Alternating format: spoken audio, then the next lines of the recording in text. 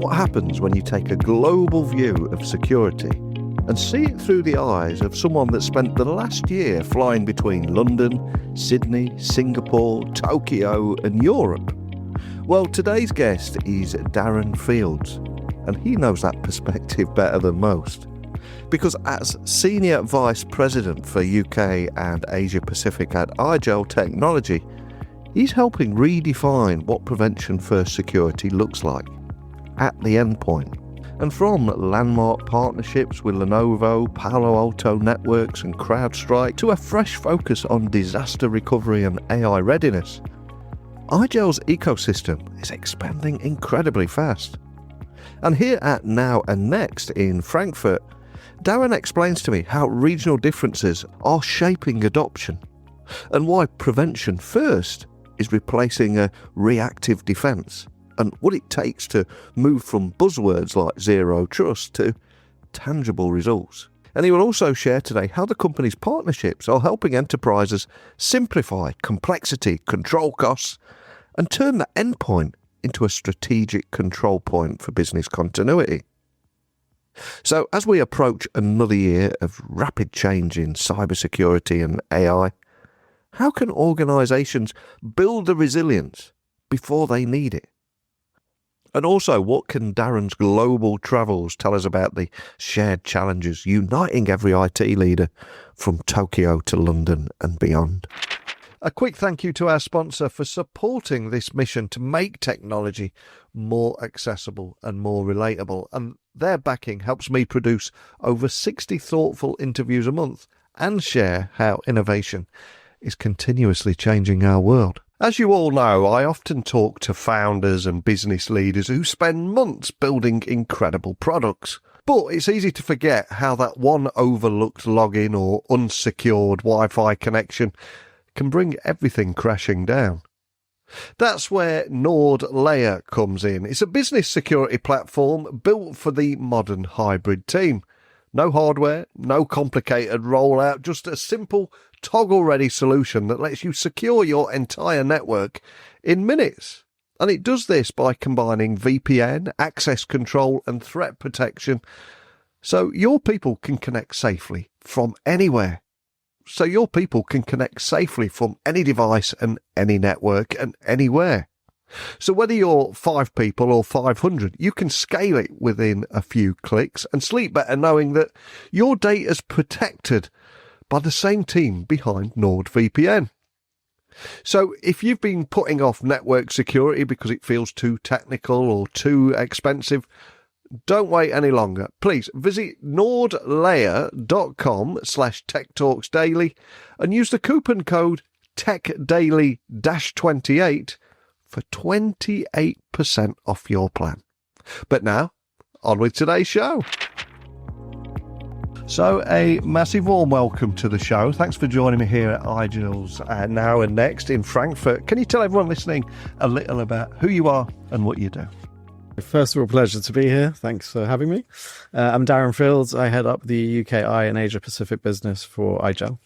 Now, before we met today, I had to do a little research on you, and I quickly learned from LinkedIn that you're either in Sydney, Singapore, Tokyo, or today, Frankfurt. So I've got to ask, what has all this global travel shown you about the different challenges and opportunities that are facing customers in each region? Are there any synergies, any trends? What are you seeing here? I think it's different in each territory. Yeah. I think that's very clear to see. I look at, for example, Japan, much more conservative. They don't like change. Yeah. So you really have to find where the problems are and understand how you can help them very quickly. We're seeing other areas that really do understand why IGEL. They understand the relevance by industry. I think of ANZ, things are just going very well there. Customers really get it. And we had a great attendance. We had a IGEL on tour there a few weeks ago and fantastic attendance.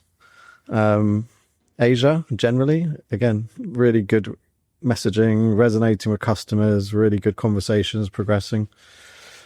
And also, from a UK and Ireland perspective, we have some really great customers, Verticals are growing fast. We're seeing the emergence of, different verticals like finance are really coming to the fore, where they see challenges and they're making changes, and that benefits us. So, we really do see a message that resonates with the market.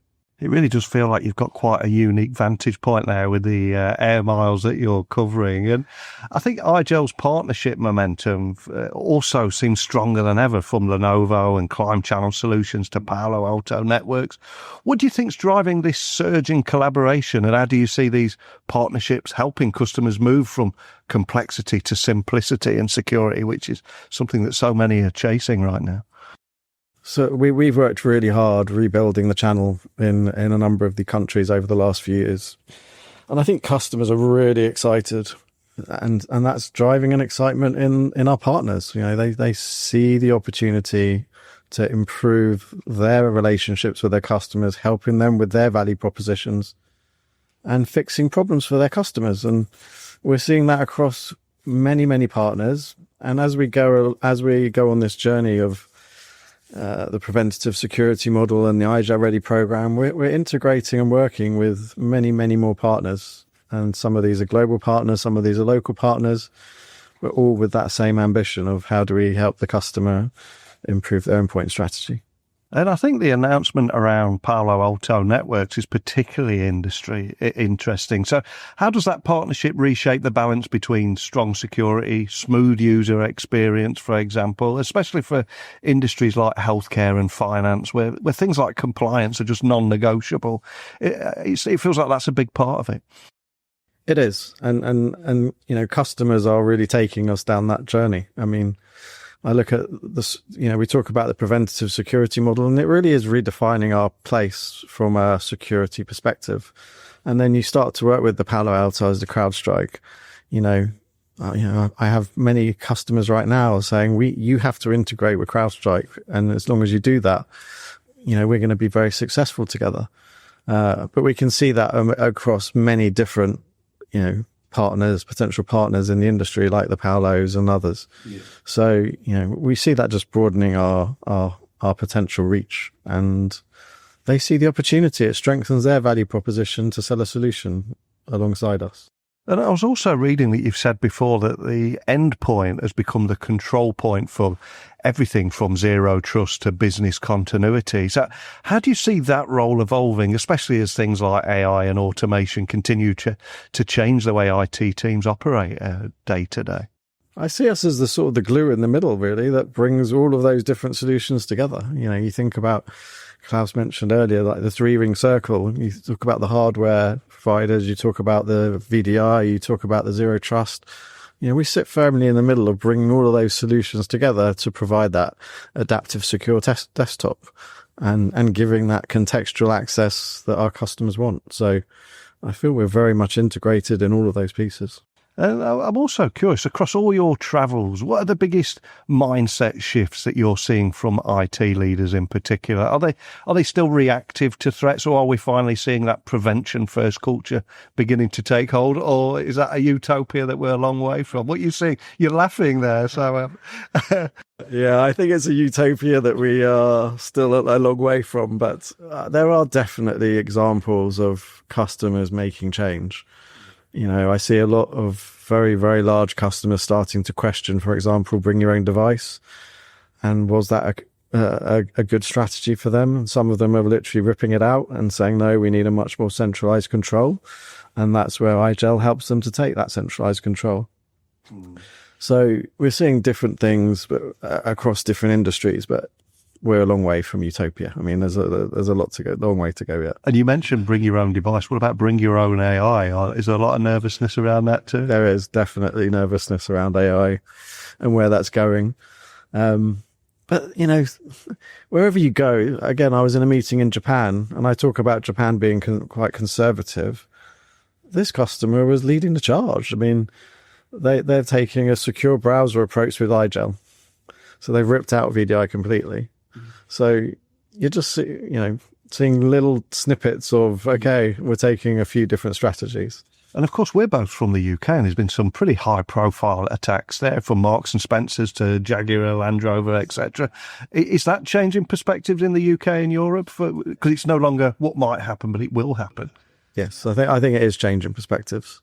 Yeah. These were big outages, very, very forefront of media attention, and I think it's having a big impact. And I think people are starting to question, have we ticked all the boxes, or do we need to tick all the boxes? Yeah, 100% with you. And I think business continuity and disaster recovery, they used to be seen as backup plans, but with IGEL, you position them as central to the modern workspace, which I think is one of the many things that separate you guys from everyone else. But how do you convince organisations to think about continuity as a design principle rather than just a safety net? Is that still a challenge?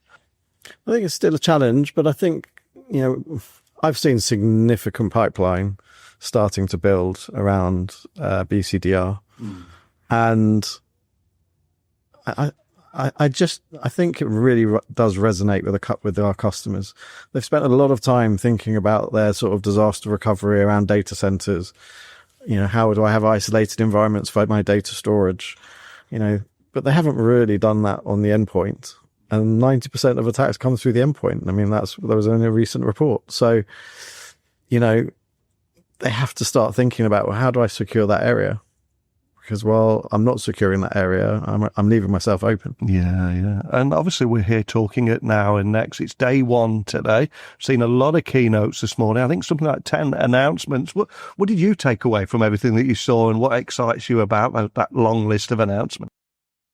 I just love the journey we're on, to be honest. I mean, I think back to when I came, it was like, I just loved the vision, the journey, where we were going. And for me, when I see these announcements of, now we've got the AI focus and we're moving on to other things and we're starting to grow that focus into other areas, it just continues to grow the excitement of what the journey we're going on. And it's easy to forget that it wasn't that long ago we were in Miami, and there was a long list of announcements there, and we'll be thinking about Miami next year as well. It's like a big train just keeps on going, isn't it? And that's the point. It's just continual growth, and we're seeing it. It's resonating. We're growing, and we're just seeing customers get excited about the journey that we're talking about and why we're on that journey. So. And away from the keynotes, if you're looking at the show floor there's a lot of partners here, there's a lot of customers. You must be having so many conversations, not to mention back-to-back interviews like you're having today. But any big takeaways there from the conversations, just for people listening around the world thinking, what they're talking about here? I think it's what we've just talked about. They see a shift. They see customers starting to question, are they handling security in the way they should be? Are they looking at costs and where they can make savings potentially in the way they should be? And they're starting to question. And I think that's a positive. They're starting to want a much more robust security strategy around their endpoint. And you mentioned question there. Is there one big question that you hear a lot, or any trends that you hear mentioning here? I mean, I have one customer recently, they talked about, for example, how do I drive more savings? And they did some analysis, and they're talking about, for example, 8 to 12 security agents can be removed by putting IGEL across their endpoints. Yeah. Right, that's significant saving, right, across the software stack. That's before you start looking at hardware and other aspects. So, that's a more secure environment with money that they can effectively put into other areas where they need to reinvest. And so, I think they're starting to question a lot of these areas. And I do attend a lot of tech conferences here, and sadly many appear to be very, very similar, with AI shoehorned into everything. It almost feels at this one that it's consciously not mentioned so much. Is that something that a very conscious effort? I think everyone's on that AI bandwagon. I think we've all been on it for a while, and we talk about it all the time.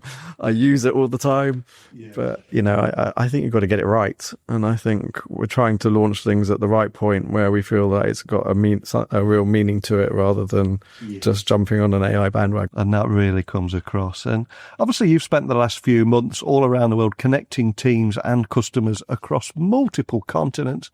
And we're literally weeks away from 2026. So when we look to next year, what would you say your overall vision is for IGEL's role in shaping that truly global and resilient endpoint ecosystem? So I think the vision for me is really getting partners in each of the regions to understand our preventative security model, why that adaptive secure desktop sort of vision is important, and how BCDR can really help our customers have a proper failover situation. And I think if I can do that and we can get those right partners in the right regions helping us across the globe, we'll continue to grow, they will continue to grow, and we keep helping our customers. And I just do. I feel like I think we're at a point where we're just about to really accelerate very, very fast. And because customers are starting to get it. And I think that's a powerful moment to end on. But before I do let you go, I'm going to throw you a slight curveball here. You do a lot of traveling.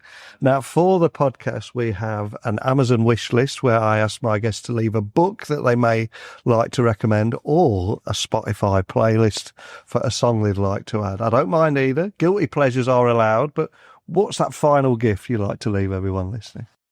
So my favorite book is The Alchemist by Palo Alto.